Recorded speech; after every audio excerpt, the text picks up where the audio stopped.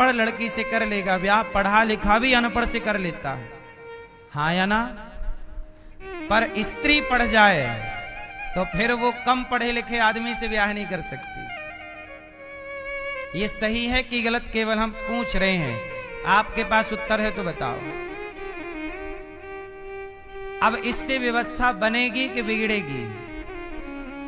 व्यवस्था बनाने के लिए बराबरी क्या चाहिए, कुल क्या चाहिए कि लड़का भी यदि कम पढ़ी लिखी से ब्याह कर लेता है ना कमाने वाली से, तो लड़की भी पढ़ लिख करके ना पढ़े लिखे और ना कमाने वाले से भी ब्याह करके तब ना बराबरी होगी।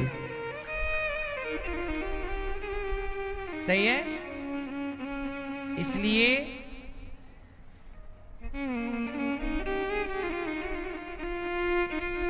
सनातन को समझना होगा गहराई में उतर कर। तो झगड़ा क्यों हुआ महाभारत का? झगड़ा हुआ जड़, जोरू और जमीन। तो जड़ मतलब मूर्खता, पांडवों में मूर्खता थी नहीं। जोरू मतलब द्रौपदी के कपड़े उतारे, ये कारण हो सकता है। पर तीसरा मुख्य कारण था महाभारत का जमीन। क्या जमीन थी?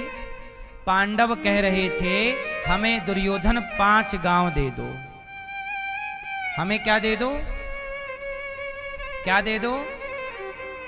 5 गांव। हमें क्या दे दो? हमें 5 गांव दे दो। पर दुर्योधन क्या बोला? 5 गांव क्या, मैं सुई की नौक बराबर भूमि। यही है झगड़ा। मैं मांगता हूं मेरा अधिकार और आप नहीं दे रहे हैं मेरा अधिकार। पांडव मांग रहे हैं अपना अधिकार और कौरव नहीं दे रहे हैं पांडवों का अधिकार। तब झगड़ा हुआ। अच्छा, झगड़ा को शांत करने के लिए भगवान श्री कृष्ण गए और शांति की बात रखी। ए दुर्योधन, पांडवों को 5 गांव दे दो, झगड़ा टल जाएगा, वरना विनाश होगा। नहीं नहीं नहीं केशव, बिना युद्ध के मैं इतनी इंच भर जमीन। अब मैं आप लोगों को जो समझाना चाहता हूं, अब समझिएगा मुद्दे की बात। मैया, ए मेरी मां, कहां चली? महाभारत करने? नहीं, जाओ टाटा।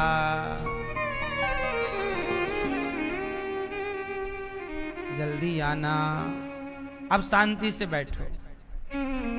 अच्छा ये बताओ, दुर्योधन कह रहा है मैं 5 गांव क्या सुई की नोक बराबर नहीं दूंगा।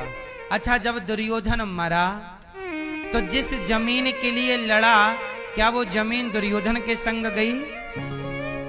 अच्छा, पांडव जीते और जब पांडव गए तो क्या वो जमीन पांडवों के संग गई?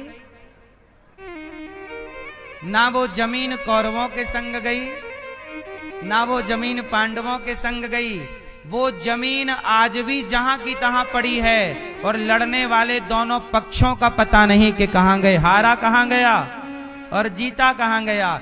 जिस जमीन के लिए विवाद था, जिस जमीन के लिए करोड़ों मर गए, आज उस जमीन में घोचू लाल का घर बना हुआ है। नहीं बना? आज वो जमीन वर्तमान में मेरठ में है। जिस जमीन में महाभारत हुआ, जिस जमीन के कारण, हस्तिनापुर कहां है आज? जिसे आप मेरठ कहते हैं, दिल्ली से सटा हुआ वह मेरठ उस जमाने में हस्तिनापुर ही कहलाता था। जिसे आप दिल्ली कह रहे हैं, उस जमाने में वह इंद्रप्रस्थ कहलाती थी, जिसे धर्मराज युधिष्ठिर जी ने बसाई। तो जिन जमीनों के लिए लड़ाइयां हुई, वो जमीनें आज भी वहीं पड़ी हैं।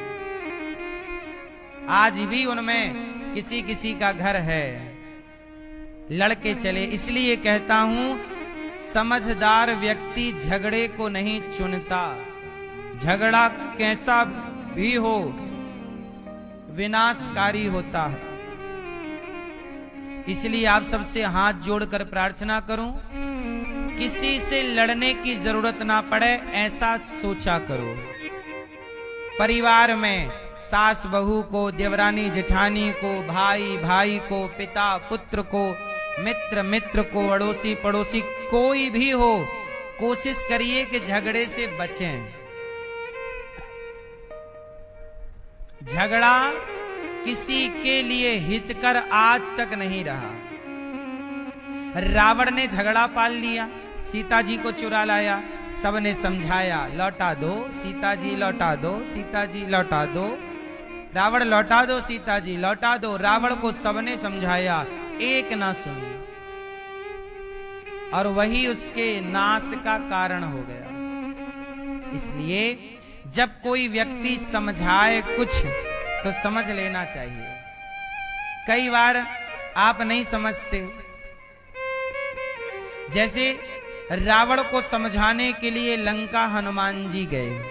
राम जी ने भेजा, जाओ हनुमान समझा के आओ अपने चेला को, क्योंकि हनुमान जी साक्षात शिव हैं और रावण शिव का पुजारी है।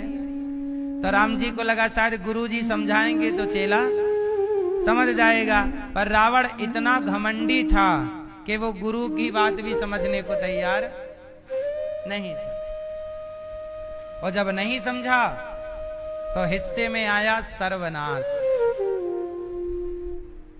इसलिए झगड़ा समाधान नहीं होता। अच्छा, आप कहो कि अब गुरुजी बताओ कि झगड़ा ना हो क्या करें? तो झगड़ा ना हो इसके लिए एक मंत्र है मेरे पास, कहो तो बताऊं। किस किस को बताऊं? किस किस को बताऊं? मतलब आप लोग झगड़ा करते हैं तो काहे करती हो मेरी मां? एक मंत्र है मेरे पास, वो आप कर लो फॉलो, झगड़ा ही नहीं होगा। मैया कहां चली? झगड़ा करने नहीं जा रही हो मेरी मां? गुस्सा हो गई क्या? जाओ टाटा। सुनो, झगड़ा ना हो इसका मंत्र है, सब लोग अपनी एक उंगली उठाओ, सब लोग उंगली उठाओ और इसे यहां रखो। ए लाल छोरी, मैया उंगली उठाओ अपनी एक, रखो यहां। ए पीली मैया, मैया बोली मैं नहीं मुंह बंद करूंगी महाराज, तुम कितना भी समझा लो। झगड़ा को समाप्त करना है तो आप कई बार कहते हो कि तुम समझदारी का परिचय दो। सामने वाले से उम्मीद मत करो कि वो समझदारी का परिचय देगा। समझदारी की शुरुआत हमें खुद से करनी चाहिए। समझदारी की पहल हम करें और इस बार ये चक्र तोड़ दें। तुमने गाली दी तो हमने गाली दी, हमने दी तो तुमने दी, यही चलता रहता है। इसमें एक काम करना पड़ेगा, किसी को समझदार होना पड़ेगा, और जब कोई एक गाली दे तो दूसरे को चुप रहना होगा, और जब चुप रहोगे तो वो जो चक्र है वो टूट जाएगा। सही है भाई? तुमने हमें दी, हमने तुम्हें दी, ये चक्र है ना? अब इसे तोड़ना हो तो क्या करना पड़ेगा? एक को तो जिठानी कुछ कहे तो देवरानी चुप रहे, देवरानी कुछ कहे तो जेठानी, सास कुछ कहे तो बहू। मुझे लगता है चुप रहना समझदारी है। अब उदाहरण से समझते हैं। अब मुझे आप लोग समझाएंगे आज। अब आप लोग समझाओ।